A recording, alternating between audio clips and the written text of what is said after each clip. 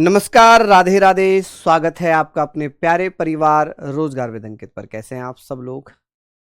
हम बात करेंगे महाजनपद काल की, लेकिन कल हम लोग बौद्ध धर्म पढ़ रहे थे और बौद्ध धर्म में बौद्ध संगतियां रह गई थीं, बौद्ध काउंसिल रह गई थीं, उनके बारे में हम लोग बात करेंगे। 10 मिनट लगेंगे बौद्ध संगति में, उसके बाद फिर हम लोग चल पड़ेंगे महाजनपद काल में। किसमें? महाजनपद काल में। तो सभी लोगों को नमस्कार, राधे राधे। जल्दी से आप लोग आ जाएं। यहाँ पर हम लोग चर्चा करेंगे। देखिए, हिस्ट्री हमारी चल रही है, हिस्ट्री हमारी चल रही है और हिस्ट्री में हम जो पढ़ रहे हैं वो पढ़ रहे थे। हमने कल क्या पढ़ा था? कल हम लोगों ने हिस्ट्री में पढ़ा था बौद्ध धर्म। क्या पढ़ा था भैया? बौद्ध धर्म हम लोगों ने पढ़ा था। और बौद्ध धर्म में हम लोग आज बात करेंगे बौद्ध संगतियां। हम क्या पढ़ने वाले हैं यहाँ पर? बौद्ध संगतियां। ठीक है जी, बौद्ध संगतियां। ये सारी चीजें आप लोग लिख लीजिए। बौद्ध संगतियां यानी कि बौद्ध, जिसको हम क्या कह सकते हैं? बुद्धा कह सकते हैं या बौद्ध कह सकते हैं।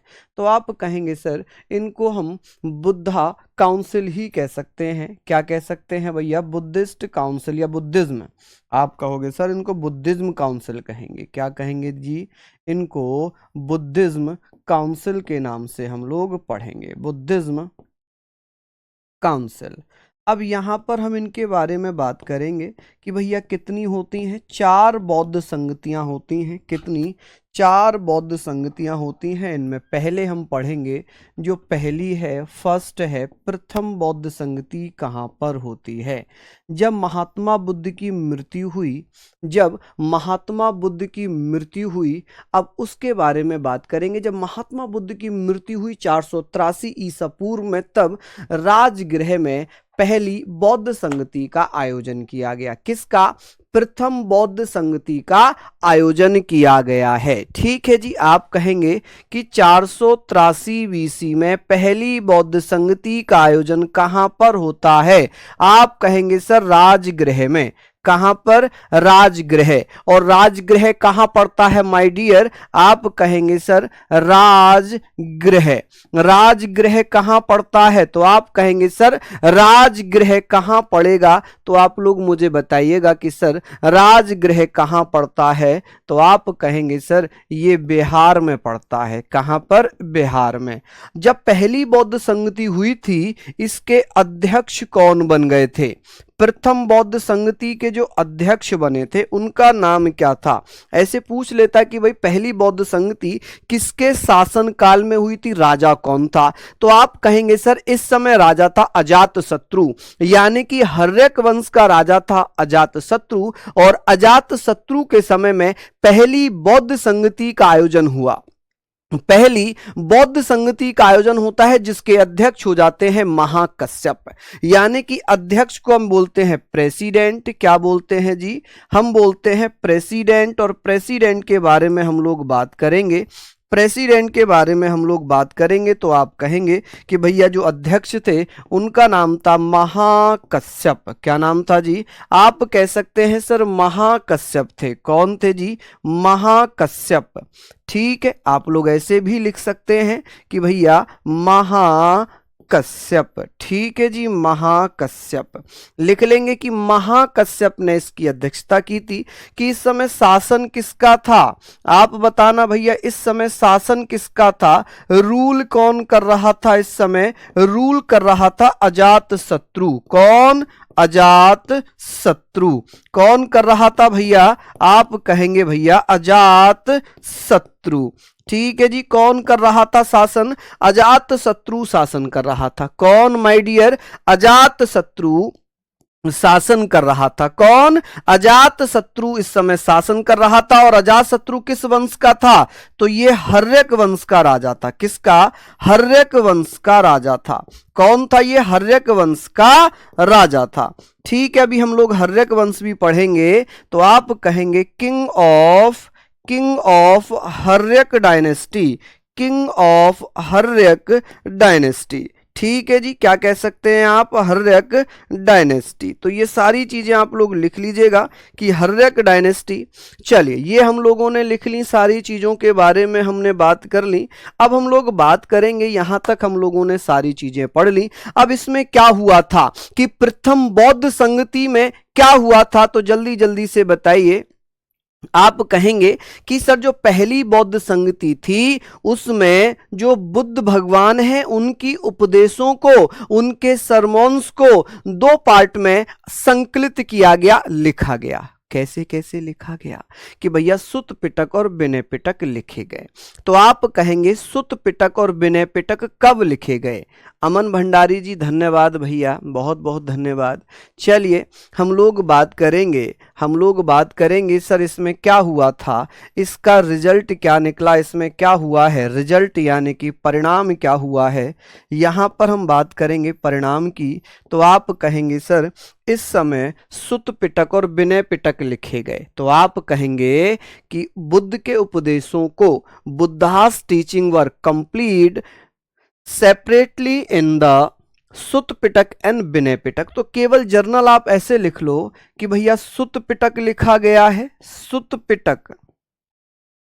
पिटक एवं विनय पिटक। इसको आप क्या लिख सकते हैं, सुत्त पिटक। आप क्या कहेंगे भैया, क्या लिखा गया है, तो आप कहेंगे सर सुत्त पिटक लिखा गया, सुत्त पिटक लिखा गया एवं सुत्त पिटक एवं विनय पिटक लिखा गया। क्या लिखा गया, विनय पिटक। तो भैया कौन सी बौद्ध संगति थी जिसमें सुत्त पिटक और विनय पिटक लिखा गया है, तो आप कहेंगे भैया पिटक। कौन सी बौद्ध संगति में सुत्त पिटक और विनय पिटक लिखे गए। ठीक है जी, क्या किया गया, लिखे गए। यहां तक हम लोग पढ़ लेंगे। चलिए ये हमने पढ़ लिया, एक बार मैं याद करा देता हूं पहली बौद्ध संगति कब होती है। आप कहेंगे सर 483 बीसी में। कब, 483 बीसी में। अब बात आती है सर कहां पर होती है, राजगृह में। राजगृह कहां पड़ता है, बिहार में। बात आती है सर इस समय अध्यक्ष कौन था, महाकश्यप था। महाकश्यप को इंग्लिश में लिख दिया। इस समय शासन कौन कर रहा था, तो अजातशत्रु कर रहा था। अजातशत्रु कौन था, हर्यक वंश का राजा था, किंग ऑफ हर्यक डायनेस्टी। बात करते हैं क्या हुआ था इसमें, सुत्त पिटक और विनय पिटक लिखे गए थे। क्या लिखे गए थे, सुत्त पिटक और विनय पिटक लिखे गए थे। क्लियर हो गई चीजें, जल्दी जल्दी से इसको नोट डाउन कर लीजिए। जिसने नोट डाउन नहीं किया है प्लीज जल्दी से यहां तक आप लोग नोट डाउन कर लेंगे। चलिए बहुत बढ़िया। अब बात आ जाती है भैया दूसरी बौद्ध संगति की, कि भाई दूसरी बौद्ध संगति कब होती है, किस समय होती है, यहां तक नोट डाउन कर लिया होगा। चलिए बहुत बढ़िया। अब हम लोग आगे बात करते हैं, यहां तक हमने पढ़ा। आप कहेंगे सर सेकंड बौद्ध संगति कब होती है, सेकंड बौद्ध संगति कब होती है। आप कहेंगे सर द्वितीय बौद्ध संगति का आयोजन कब किया जाता है, तो 383 बीसी में। कब, 383 बीसी में। कब किया जाता है, 383 बीसी में। अब ये बताइए बीसी का मतलब ईसा पूर्व हो जाएगा, कहां पर होती है ये संगति, तो आप कहेंगे सर वैशाली में। कहां पर, वैशाली। तो ये चीजें आप लोग लिख लेना, वैशाली में होती है। वैशाली भी कहां पड़ता है, बिहार में पड़ता है जी वैशाली। कहां, बिहार में पड़ता है। कहां पड़ता है, चलिए जल्दी जल्दी से बताइए वैशाली कहां पड़ता है। देखिए वैशाली बिहार वाला वैशाली है ये, कभी आप इसको कौशाम्बी वैशाली ये समझ बैठो, नहीं, ये बिहार वाला वैशाली है, बिहार में पड़ता है जी वैशाली। अब इसके अध्यक्ष कौन थे, जो दूसरी बौद्ध संगति थी इसके अध्यक्ष कौन थे, अध्यक्ष प्रेसिडेंट बोलते हैं कि भैया प्रेसिडेंट कौन थे, तो इसके प्रेसिडेंट बता दीजिएगा। आप कहेंगे भैया सावक मीर थे। कौन थे माय डियर, सावक मीर, कि सावक मीर भैया इसके अध्यक्ष थे। कौन, आप कहेंगे सावक मीर, कि भैया सावक मीर यहां पर आप लिखेंगे कि सावक मीर ने अध्यक्षता की थी। इस द्वितीय बौद्ध संगति के समय शासन कौन कर रहा था, इस समय राजा कौन था, किसका रूल था इस समय, तो इस समय रूल भैया किसका हुआ करता था, कि जब दूसरी बौद्ध संगति हुई थी इस समय राजा था कालाशोक। कौन था जी इस समय राजा, आप कहेंगे भैया कालाशोक। कौन था जी, कालाशोक इस समय राजा हुआ करता था। कौन जी? कालाशोक इस समय राजा हुआ करता था। कौन राजा था जी? इस समय कालाशोक राजा हुआ करता था। अब बात आती है कि दूसरे बौद्ध संगति में क्या हुआ था, इसका परिणाम क्या है, इसमें इसका क्या रिजल्ट निकला, इसका परिणाम क्या हुआ। जब दूसरी बौद्ध संगति हुई तो इसमें क्या परिणाम निकला है। आप कहेंगे सर दूसरी बौद्ध संगति में जो बौद्ध धर्म था, बौद्ध धर्म दो संघ में या बौद्ध संघ दो संघ में विभाजित हो जाता है। एक हो जाता है भैया स्थविर और एक हो जाता है Mahasanghika. Buddhist Sangha divided into two parts, one part is Sthavira and second part is Mahasanghika. यानी कि हम कहेंगे बौद्ध धर्म, बौद्ध संघ दो भागों में विभाजित हुआ। कौन सा बेटा? आप कहेंगे सर बौद्ध, आप कहेंगे बौद्ध संघ। बौद्ध संघ दो भागों में विभाजित हो जाता है। किस किस में विभाजित हुआ था? जो बुद्धिस्ट संघ था, जो बुद्धिस्ट संघ था, इसको क्या किया गया है? बुद्धिस्ट संघ को दो पार्टों में डिवाइड कर दिया। संघा इसको टू पार्ट्स में डिवाइड कर दिया। कौन कौन से पार्ट हो गए? एक भैया स्थविर, एक क्या हो जाएगा? स्थविर हो जाएगा। क्या हो जाएगा जी? स्थविर। आप कहेंगे एक स्थविर हो जाएगा, एक महासंघिक हो जाएगा। क्या होगा? महासंघिक। महासंघिक, ठीक है जी, महासंघिक। तो आप कहेंगे भैया महासंघिक। महासंघिक कि बौद्ध संघ दो भागों में कौन सी बौद्ध संगति में डिवाइड हुआ था? तो भैया टू पार्ट्स में डिवाइड हुआ था। सेकंड बौद्ध संगति में स्थविर और महासंघिक। महासंघिक के लोग महायान कहलाए, स्थविर के लोग हीनयान कहलाएंगे। आगे चलकर बटेगा किसमें? आगे चलकर बटेगा। चलिए, हाँ जी, बिल्कुल बिल्कुल, ये फंडे पुराने हो गए भैया, नए फंडे अपनाओ। चलिए, लिख लिया आप लोगों ने। और मुझे खुशी इस बात की है कि सभी को समझ में आ रहा, और ये कितनी अच्छी बात है कि सभी को समझ में आ रहा है। ठीक है, चलिए, बहुत बढ़िया। हमने यहां तक पढ़ लिया, यहां तक हमने पढ़ लिया, 383 पढ़ लिया, सारी चीजें पढ़ ली। अब सबसे ज्यादा जो विवाद है, सबसे ज्यादा विवाद कौन सी संगति पर है?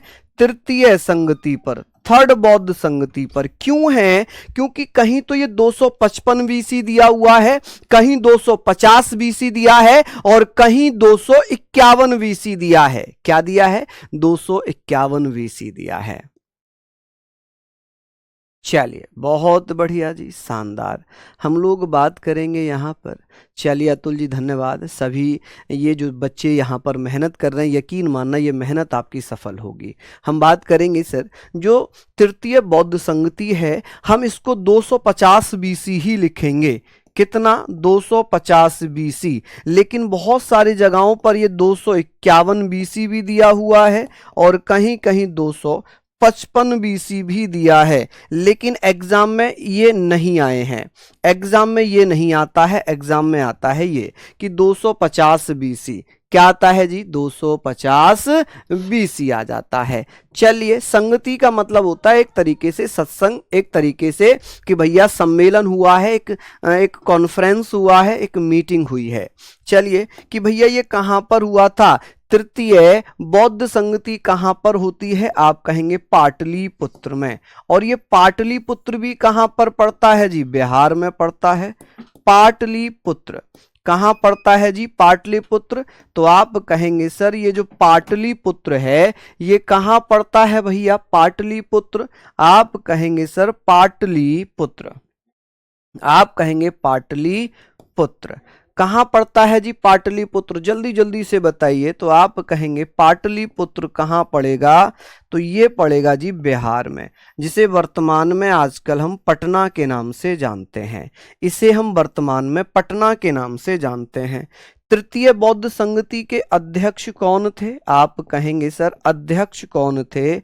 आप प्रेसिडेंट लिख लीजिए, इंग्लिश वाले बच्चे कि प्रेसिडेंट। हर शब्द को मैं हिंदी इंग्लिश दोनों में लिख रहा हूं, ठीक है, दोनों में ही लिखकर चल रहा हूं, तो आप परेशान ना हो कि भैया अध्यक्ष कौन थे। अध्यक्ष थे मोगली पुत्र तिस्से। कौन थे भैया? आप कहेंगे मोगली पुत्र तिस्से। मोगली पुत्र तिस्सै। आप लिख लेना कौन भैया, मोगली पुत्र, आप कहेंगे भैया मोगली पुत्र तिस्सै। ठीक है जी, तिस्सै। तो ये चीजें आप लोग लिख लेना। मोगली पुत्र तिस्सै इस समय अध्यक्ष बन गए थे। क्या बन गए थे? अध्यक्ष बन गए थे। ठीक है, आगे बात करते हैं। इस समय शासन कौन कर रहा था?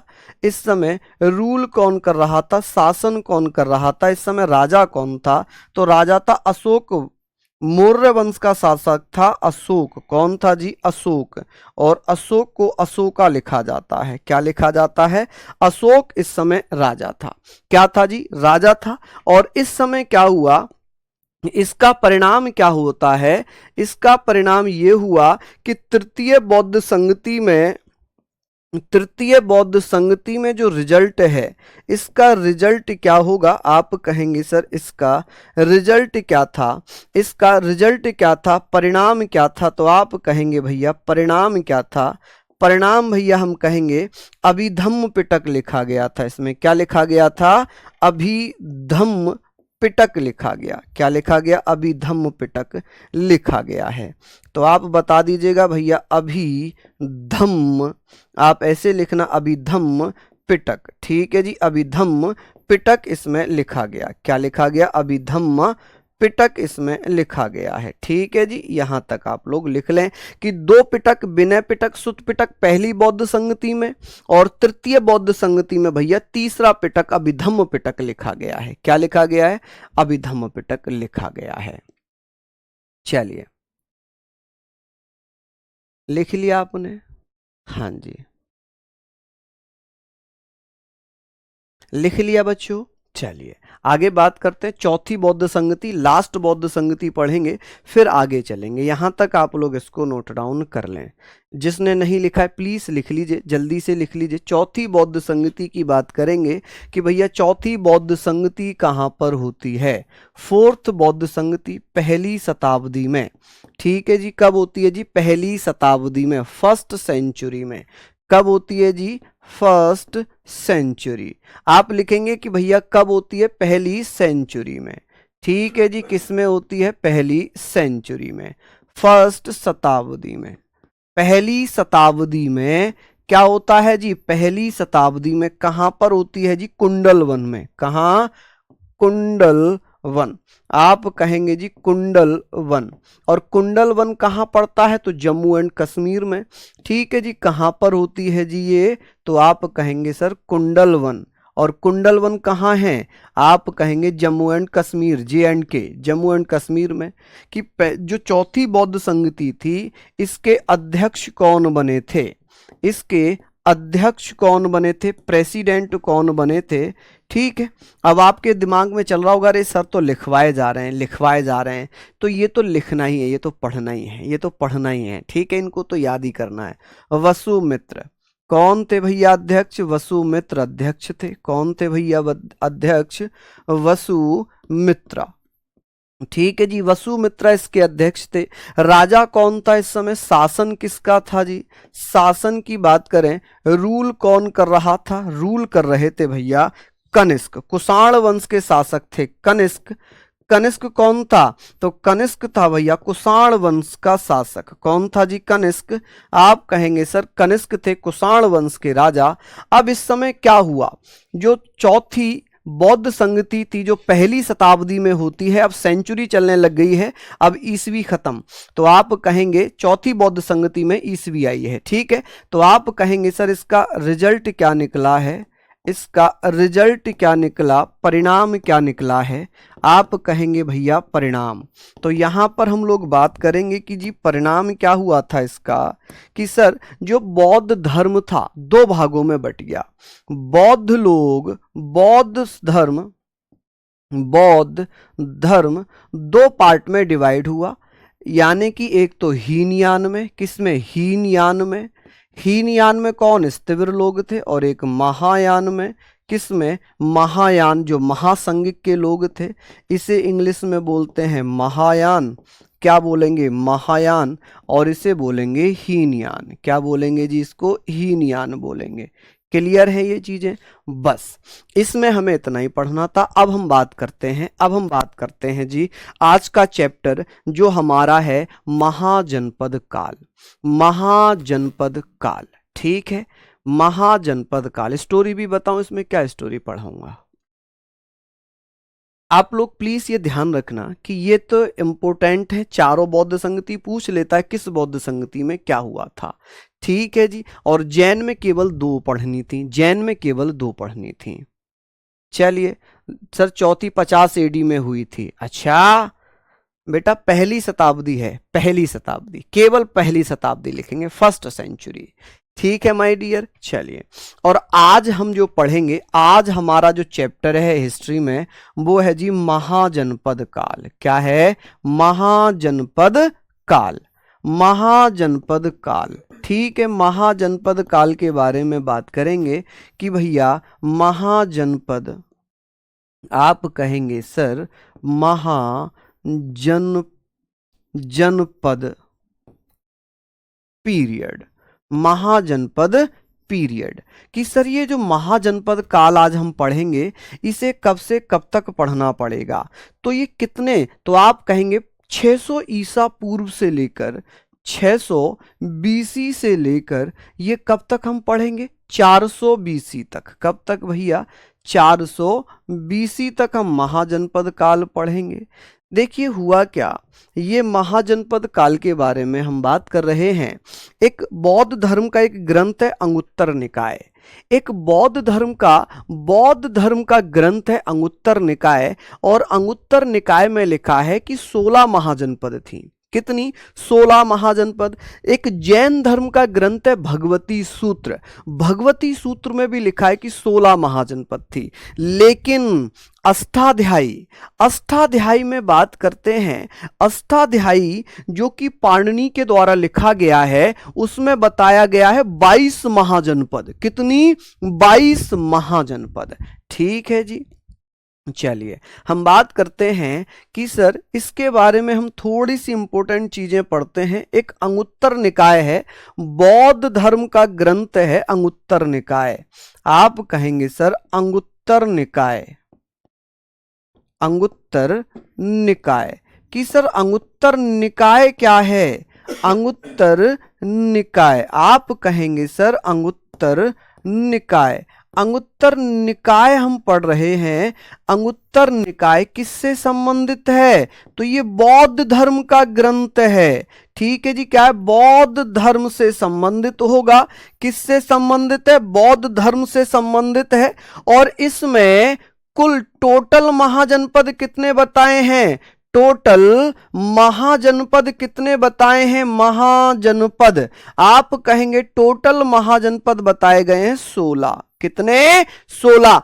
किसमें? अंगुत्तर निकाय में। किससे संबंधित है? महाजनपद, महाजनपद 16 किसमें? अंगुत्तर निकाय में। किससे संबंधित है अंगुत्तर निकाय? तो आप कहेंगे भैया बौद्ध धर्म से संबंधित है। किससे? बौद्ध धर्म से। इससे ज्यादा स्लो नहीं कर सकता मेरे बच्चे।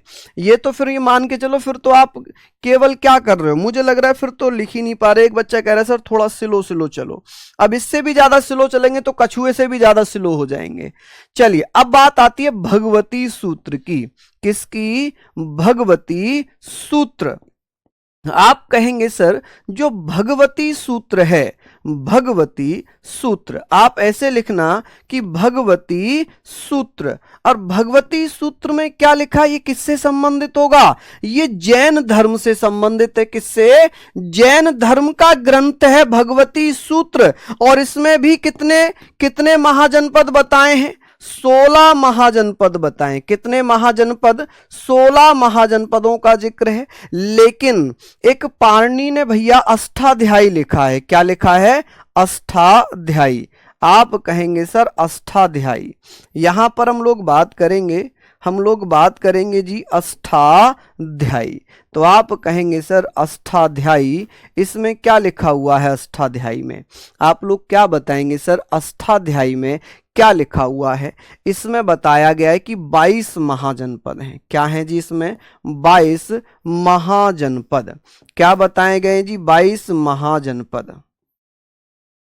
22 महाजनपद। ठीक है जी, 22 महाजनपद। क्लियर है, यहां तक पढ़ लेंगे। अब हम 16 महाजनपद की चर्चा कर रहे हैं कि सर जो 16 महाजनपद थे, क्योंकि हम 22 तो पढ़ेंगे नहीं, क्योंकि हमें ऑलरेडी 16 महाजनपद का पता चल गया।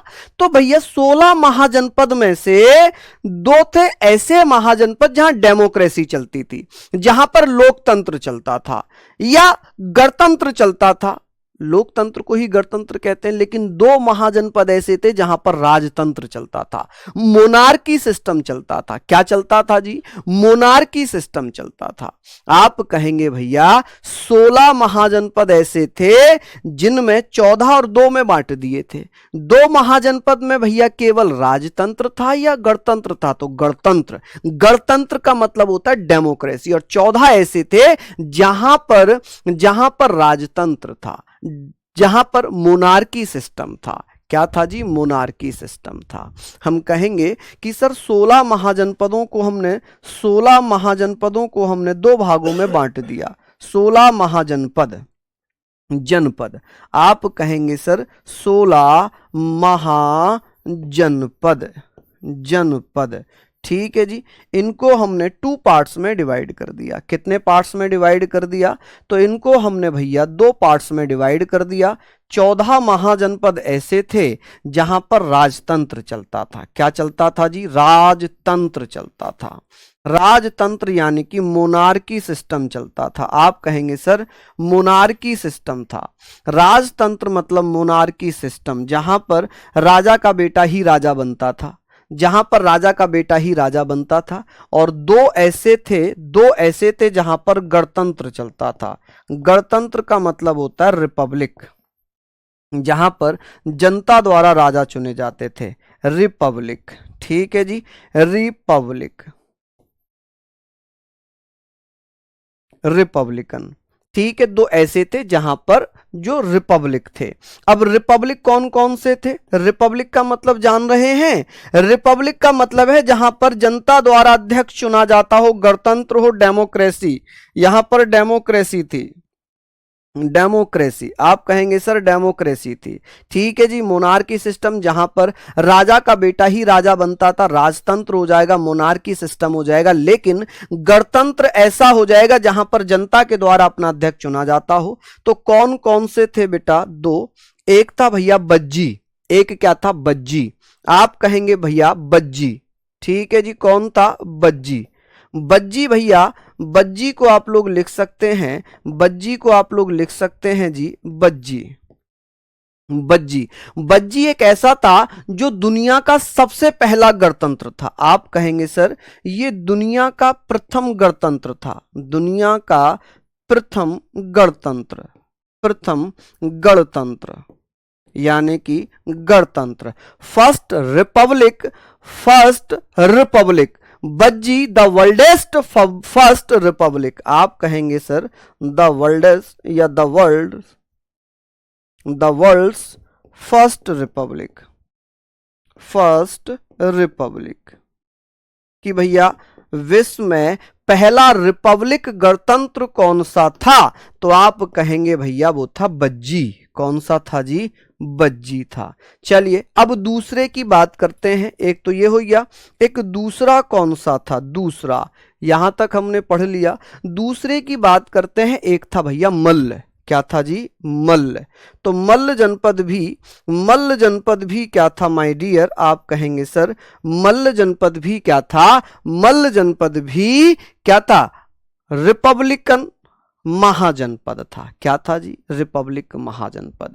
चलिए अब जैसे सबसे शक्तिशाली महाजनपद की बात होगी तो इस समय सबसे शक्तिशाली महाजनपद हुआ करता था काशी, और काशी के बाद हुआ है मगध, और फिर मगध इतना शक्तिशाली हुआ, फिर मगध सबसे शक्तिशाली बन गया।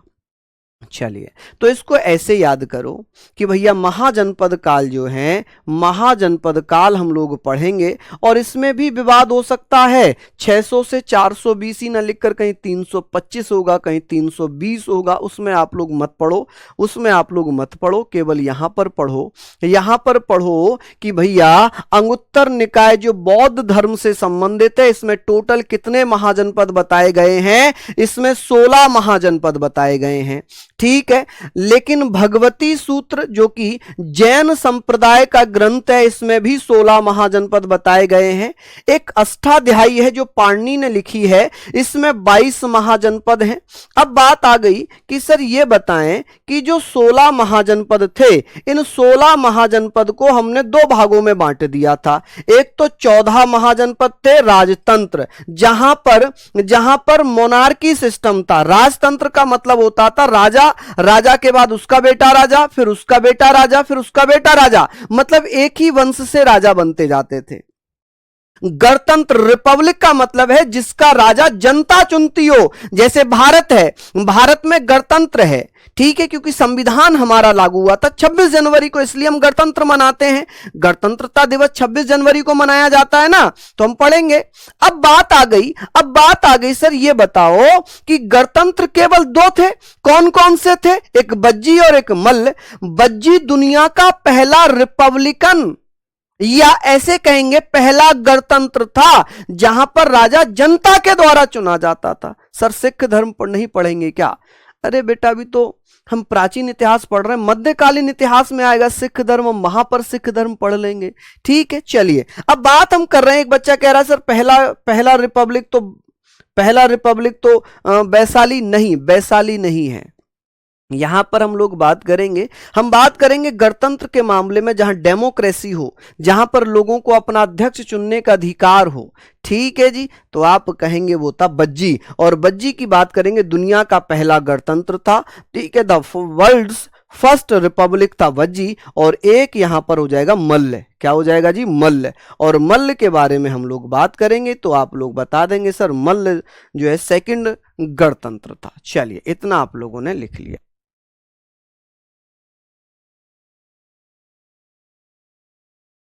यहां तक आप लोग पहले इसको लिख लो। चलिए बहुत बढ़िया, 16 महाजनपद भी लिखवाऊंगा, उनकी राजधानियां भी लिखवाऊंगा, सब कुछ लिखवाऊंगा, ठीक है। चलिए ये हम लोगों ने लिख लिए। अब इन 16 महाजनपद में से आगे लिखता हूं। 16 महाजनपदों में से अगर मैं बात करूं, 16 महाजनपद 16 महाजनपद में से, एक तो ये बार बार हिंदी और इंग्लिश का पंगा है, महाजनपद, ठीक है जी, जनपद। तो 16 महाजनपद में से ऐसे कौन कौन से महाजनपद हैं जो भारत के बाहर आते हैं? तो आप कहेंगे सर 16 महाजनपद में से ऐसे कौन कौन से हैं जो भारत के बाहर आते हैं? तो कंबोज। चलिए बहुत बढ़िया, तो आप कहेंगे 16 महाजनपद ऐसे थे जिनमें से दो महाजनपद, ये भैया 16 महाजनपद में से दो महाजनपद भारत के बाहर थे, महाजनपद भारत के बाहर। जैसे कौन कौन से थे? आप कहेंगे सर भारत के बाहर कौन कौन से थे? आउट ऑफ इंडिया, आप कहेंगे सर आउट ऑफ इंडिया। कौन कौन से महाजनपद थे जो भारत के बाहर थे? तो आप कहेंगे सर एक महाजनपद था कंबोज या काम्बोज, काम्बोज कह लें या कंबोज कह लें, क्या कह लें जी? कंबोज कह लें, ठीक है जी, काम्बोज या कंबोज, ठीक है। तो इसको आप लोग लिख लेना काम्बोज, ठीक है जी। चलिए अब एक और है भैया जिसे हम बोलते हैं गंधार या कंधार, क्या बोलेंगे जी? तो आप कहेंगे भैया क्या बोलेंगे? जल्दी जल्दी से बताइए। आप कहेंगे सर कौन कौन से थे? तो आप कहेंगे गंधार, कौन सा? गंधार, ठीक है जी, गंधार, ठीक है। तो ये आप लोग लिख लेंगे गंधार। तो इम्पोर्टेंट हो जाएगा कि 16 महाजनपद में ऐसे महाजनपद बताओ जो भारत की सीमा से बाहर थे। वो था कंबोज और कंधार, ये अफगानिस्तान वाले प्रांत में पड़ते थे। चलिए अब बात कर लेते हैं सर, ये बताओ इनमें यहां तक हमने पढ़ लिया सबसे ज्यादा महाजनपद कहां पर थे। सबसे ज्यादा महाजनपद भारत में कहां पड़ते थे। सबसे ज्यादा महाजनपद, ज्यादा महाजनपद, सबसे ज्यादा महाजनपद कहाँ किस जगह में है भारत में, तो आप कहेंगे भैया उत्तर प्रदेश में, यूपी में। और यूपी में कितने हैं, यूपी में 8 महाजनपद पड़ते हैं। 8 महाजनपद, 8 महाजनपद हैं भैया यूपी में। कहाँ, 8 महाजनपद हैं यूपी में। चलिए आगे हम बात करेंगे कंधार या गंधार, बिल्कुल सही कह रहे हैं, अफगानिस्तान वाला प्रांत है ये सारा।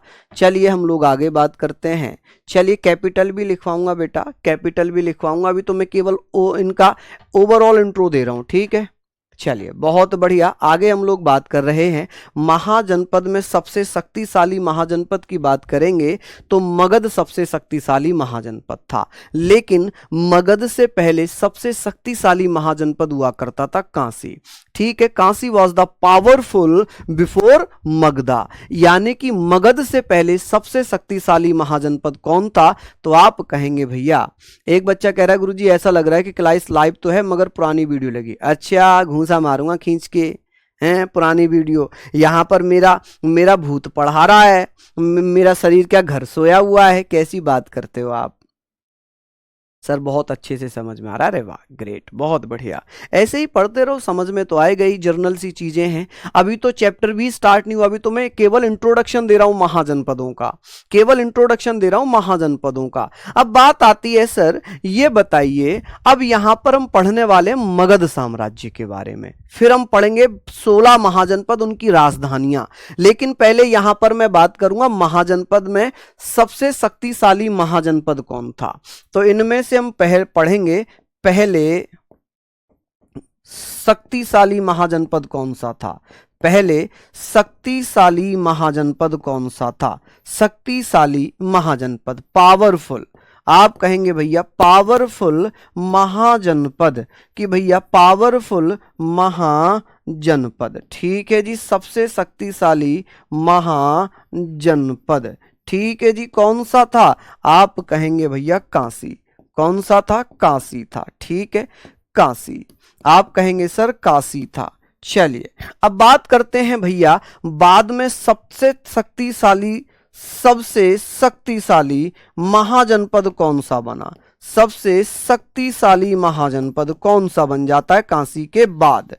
तो सबसे शक्तिशाली महाजनपद कौन सा था, तो आप कहेंगे जी मगध था। कौन सा था, मगध, ठीक है। सबसे पहले कौन सा था, काशी, और काशी के बाद फिर सबसे शक्तिशाली बन गया महाजनपद मगध।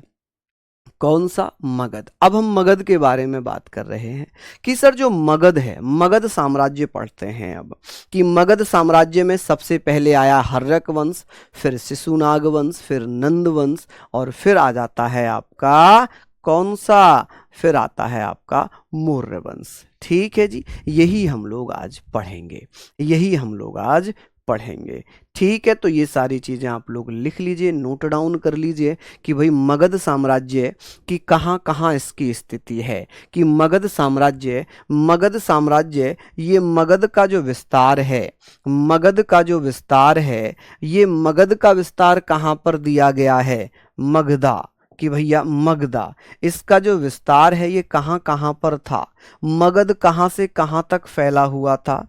तो मगध भैया कहाँ था, तो आप कहेंगे सर पूर्वी यूपी में था, ठीक है। कहाँ पर था, पूर्वी यूपी में, पूर्वी उत्तर प्रदेश में, कि मगध का जो क्षेत्रफल है, जो एरिया है, वो ईस्टर्न यूपी में था। किस में था जी, ईस्टर्न यूपी में, ठीक है, उत्तर प्रदेश में।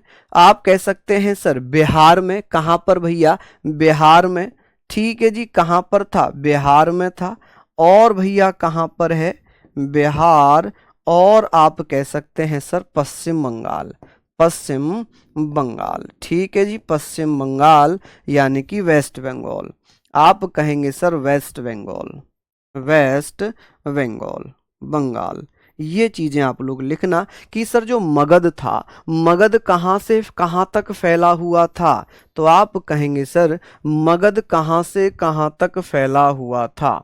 तो आप लोग क्या बता सकते हैं कि मगध कहाँ से कहाँ तक फैला हुआ था, तो मगध मेरे लाडलो कहाँ से कहाँ तक फैला हुआ था, तो मगध फैला हुआ था पूर्वी उत्तर प्रदेश, ईस्टर्न यूपी, बिहार और पश्चिम बंगाल। कहाँ से कहाँ तक है जी, पश्चिम बंगाल। ठीक है जी, तो ये आप लोग लिख लीजिए। अब बात करेंगे मगध साम्राज्य की।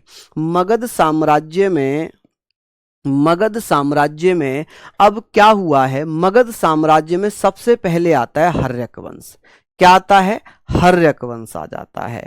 चलिए क्या आ जाता है जी, हर्यक वंश आ जाता है। और हर्यक वंश के बाद आ जाता है शिशुनाग वंश, शिशुनाग वंश के बाद आ जाता है नंद वंश, और नंद वंश के बाद आ जाता है जी आपका मौर्य वंश। ठीक है, मगध साम्राज्य की बात होगी, मगध एम्पायर की बात होगी। देखिए मगध के बारे में हम लोग बात कर रहे हैं, किसके बारे में हम बात कर रहे हैं, मगध के बारे में हम लोग बात करेंगे कि मगध में, मगध 544 बीसी से लेकर 544 बीसी से 185 बीसी तक कितने राजवंश हुए हैं, तो 5 वंशों ने शासन किया। कितने वंश, 5 वंश, 5 डायनेस्टी। कौन कौन सी डायनेस्टी थी, आप कहेंगे सर 5 डायनेस्टी थी, 5 राजवंश थे। तो आप कहेंगे सबसे पहले आता है, सबसे पहले आता है जी हर्यक वंश। कौन सा आता है, हर्यक वंश, हर्यक डायनेस्टी। क्या आ जाती है सबसे पहले, हर्यक। आप कहेंगे जी हर्यक डायनेस्टी। कौन सी, हर्यक डायनेस्टी। तो ये भी आप लोग लिख लीजिए। अब बात करते हैं दूसरा कौन सा था, दूसरा यहां पर क्या था, आप कहेंगे शिशुनाग वंश। कौन सा, कौन सा वंश है यहां पर दूसरा, शिशुनाग वंश। कौन सा वंश, शिशुनाग वंश, शिशुनाग वंश। ठीक है, कौन सा, शिशुनाग वंश है। चलिए कौन सा वंश है जी, शिशुनाग वंश है। अब शिशुनाग वंश को हम क्या लिख सकते हैं, इसको शिशुनाग वंश ही लिखेंगे, नाग डायनेस्टी। ठीक है जी, शिशुनाग डायनेस्टी।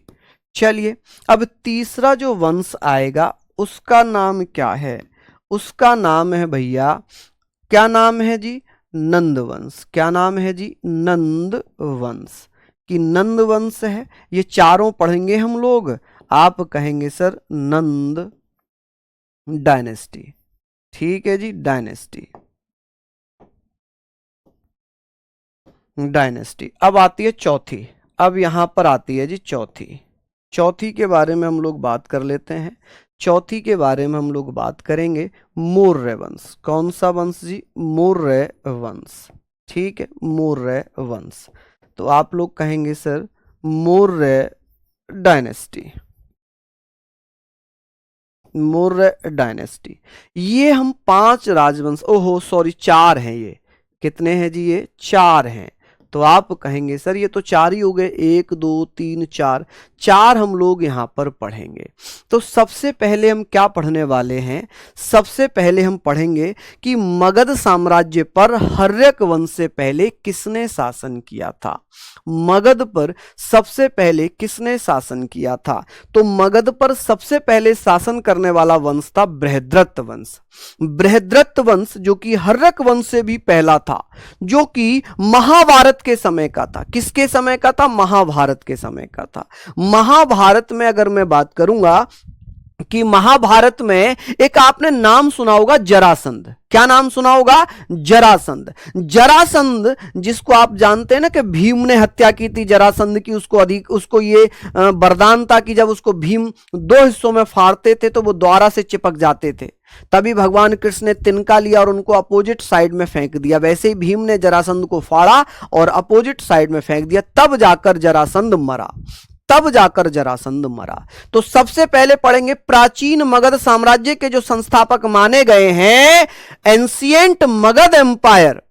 आप कहेंगे founder of ancient Magadha empire was Brihadratha. Brihadratha ने ही अपने नाम से अपने वंश का नाम रखा बृहद्रथ वंश, जो कि महाभारत के समय का था, महाभारत के समय का था। और बृहद्रथ का एक बेटा था प्रतापी राजा, जिसका नाम था जरासंध, और जरासंध ने अपनी राजधानी बनाया था गिरिवज्र को। किसको? गिरिवज्र को।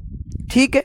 मगध साम्राज्य का जो सबसे पहला वर्णन मिलता है, first mention of the Magadha empire, वो अथर्ववेद में मिलता है। चलिए, बहुत बढ़िया। हाँ जी, धन्यवाद भैया, बहुत बहुत धन्यवाद। चलिए, हम लोग यहां पर बात करेंगे। हाँ जी, चलिए देखो, मैं एक चीज आप लोगों को बताता हूं। कुछ जो चीजें हैं, जैसे कि हिस्ट्री, आप लोग जानते हैं हिस्ट्री को भैया याद करना पड़ेगा, हिस्ट्री को याद करना पड़ेगा।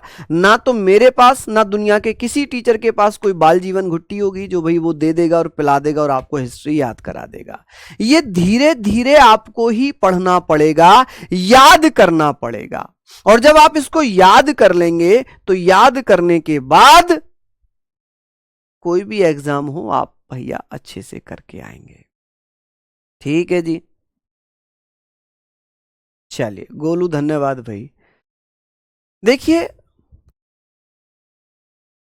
इसको ऐसे समझो कि आप दिन रात किसी सब्जेक्ट को पढ़ रहे हो, जैसे मैथ और रीजनिंग, आप बहुत ज्यादा समय दे रहे हो तो आपका मैथ स्ट्रांग हो जाएगा, बहुत मजा आ रहा होगा उसमें। एक क्वेश्चन हो जाता होगा तो आप दूसरे क्वेश्चन को बड़े मजे से करते होगे। लेकिन कहीं आप एक क्वेश्चन पर अटक गए तो फिर आप उसको करने के बजाय उसको स्किप करोगे, होगा ही नहीं। जब अटक गए तो कोशिश करोगे उसे बार बार करने की, अगर बार बार करोगे तो हो जाएगा। और उस पर अटक गए और फिर आपका मन नहीं हुआ तो फिर मैथ से मन हट जाएगा। वैसे इतिहास है, इतिहास, हिस्ट्री, अगर आपने इसको ये समझ लिया अरे ये तो मुझे आ ही नहीं रहा, मैं कैसे करूंगा, तो ये और टफ लगेगा। अगर आपको लग रहा है अच्छा ये तो बड़ा हलवा है, ये तो मैं पढ़ ही लूंगा, मैं याद कर लूंगा, लो मैं 2-3 बार लिख लिख कर याद कर लूंगा, मैं गारंटी से कह रहा हूं याद हो जाएगा, मैं गारंटी से कह रहा हूं याद हो जाएगा। ठीक है, मैं आपको गारंटी से कह रहा हूं याद हो जाएगा। तो आज के लिए हम इतना ही रखेंगे। बृहद्रथ वंश हम कल पढ़ेंगे और फिर हमारे ये 4 वंश हो जाएंगे, इनको भी हम लोग कल से स्टार्ट करेंगे। ठीक है, चलिए तो बहुत बहुत धन्यवाद, नमस्कार, जय हिंद, जय भारत।